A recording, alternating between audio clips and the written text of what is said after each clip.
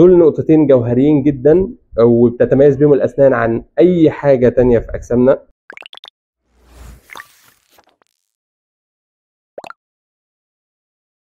السلام عليكم ورحمة الله وبركاته. دايما بنسأل بنقول ايه افضل طريقة اغسل بيها اسناني؟ طب ايه المعجون المناسب لغسيل الاسنان؟ ايه الفرشة المناسبة لغسيل الاسنان؟ كل دي اسئلة جميلة، ولكن ما بنسألش ليه الاسنان يعني بتحتاج القدر الكبير اوي من العناية ده؟ ايه اللي في الاسنان مميز بيخليها يعني مختلف عن اي حاجة تانية في اجسامنا؟ اهلا بيكم، انا دكتور عمرو سامي، والنهاردة هكلمكم ليه بنغسل اسناننا.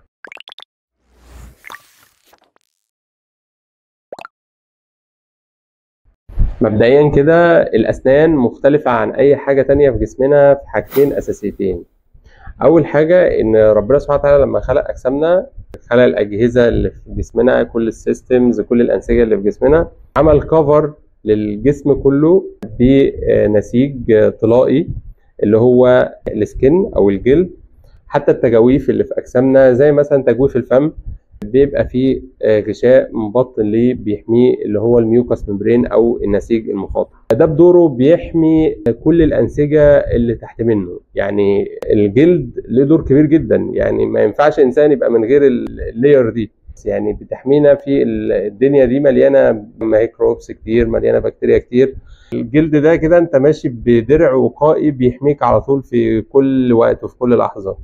وبعدين كمان الجلد فيه خاصية ان هو لو مثلا اتجرح او حصل فيه مشكلة، مثلا اتخدش او اتكحت، بيبدأ يعني يحصل التئام مرة تانية. دي خاصية مميزة جدا في الجلد والأنسجة المخاطية. انما الأسنان مختلفة تماما في النقطة دي. الأسنان اولا بتطلع ما بيبقاش عليها اي كفر خالص، هي منها للهواء، فبالتالي اي ميكروبس البكتيريا كلها اللي موجوده تبدا تروح عليها وتبدا تضرها. فده اول حاجه الاسنان مختلفه فيها عن اي نسيج تاني في الجسم. الحاجه التانيه ان احنا بنتولد ما عندناش اسنان.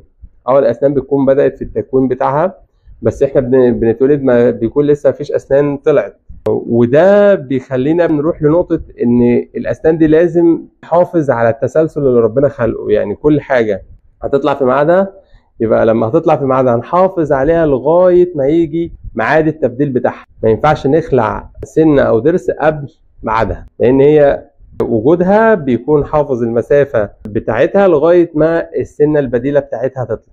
فالنقطتين الأساسيتين دول هما أساس طب الأسنان كله، وبناء عليه علوم طب الأسنان كلها عشان تعالج أي مشكلة بتحصل بسبب التقصير في النقطتين دول. النقطة الأولى نقطة اللي ما يبقاش فيه كفر على الأسنان. إيه اللي هيحصل لو ما اعتناش بأسناننا؟ طبعا الأسنان هتسوس. والسنة في حد ذاتها، يعني السنة عبارة عن حاجتين: السنة بنفسها والأربطة بتاعتها. طبعا السنة ما عليهاش كفر خالص. الأربطة بتاعتها ليها كفر بنسميه اللي هو الجنكشنال ابيثيليوم. نسيج طلائي بس يعتبر ضعيف جدا، يعني مش قوي زي بقيه الانسجه اللي مغطيه اجسامنا. فبرضه بيحتاج عنايه، بيحتاج ان احنا لازم نهتم باسناننا عشان هو اللاير دي بتبقى ضعيفه جدا. فمشاكل الاسنان حاجتين: يا اما الاسنان تسوس، يا اما الاربطه او الجهاز الداعم للسنه نفسه يحصل مشاكل فيه، ان هو يلتهب والالتهاب يزيد ويبدا يحصل تآكل فيه. دي المشكله اللي خاصه بان الاسنان ما عليهاش كفر. المشكله الثانيه ان الاسنان ليها سيكونس ولازم نحافظ عليه. لو ما اهتمناش بيها طبعا الاسنان هيبدا يحصل فيها تزاحم، ممكن في اسنان ما تطلعش، تطلع معوجه. فدي ساعتها عشان نحلها لازم نلجا لتقويم الاسنان. دول نقطتين جوهريين جدا وبتتميز بهم الاسنان عن اي حاجه تانية في اجسامنا، ومن هنا جه العنايه بالاسنان. حتى في السنه النبويه هو استخدام السواك، وان استخدام السواك في حد ذاته ده يعني يعتبر ده سنه بتؤجر عليها. يعني ليه؟ لان العنايه بالاسنان امر مهم جدا، وربنا سبحانه وتعالى يكلف الانسان ان هو يعتني بيها، فاداله ادوات تساعده ان هو يحافظ عليها. يعني خلق طبقه المينا دي قويه جدا، قويه جدا جدا، يعني هي حتى مش زي العظم. يعني لو الاستراكشر بتاعها زي العظم كانت سوست بنسبه اسرع كمان. انما طبقه المينا طبقه نسبه المينرالز او المعادن اللي فيها نسبه عاليه جدا بتوصل ل 96%. فحتى هي لما بتيجي تسوس بتاخد وقت كبير جدا لغايه ما تسوس.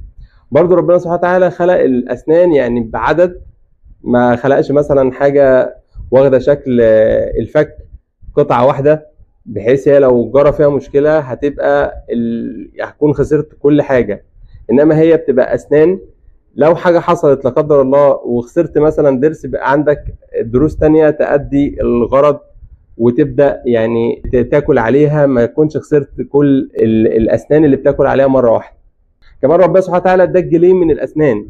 ربنا سبحانه وتعالى يعلم ان الاسنان ديت وانت طفل صغير، طبعا هو يعني حتى التكاليف ربنا سبحانه وتعالى مكلف الانسان ان هو يعتني باسنانه، وعالم ان طبعا وانت طفل ما بتبقاش فاهم او مدرك او حاجه زي كده، فادالك جيلين من الاسنان. الجيل الاولاني اللي هو الجيل الاسنان اللبنيه انت ما بتبقاش مدرك قوي، فادالك جيل تاني بحيث انت بتبدا تنضج وبتبدا تكبر، تبدا تفهم ان الاسنان ديت لازم تعتني بيها.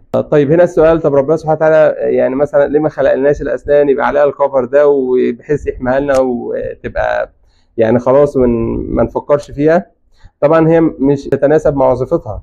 يعني هي لو متغطيه بنفس باقي الانسجه بتاعت الجسم بميوكس ممبرين، مش هتتناسب مع وظيفتها. تيجي تاكل عليها يبدا يحصل الم شديد. كل ما تاكل تخيل يعني انت بتاكل على حاجه فيها احساس، هتبدا تحس بالم شديد. طبعا الشكل نفسه شكلك مش هيبقى لطيف خالص.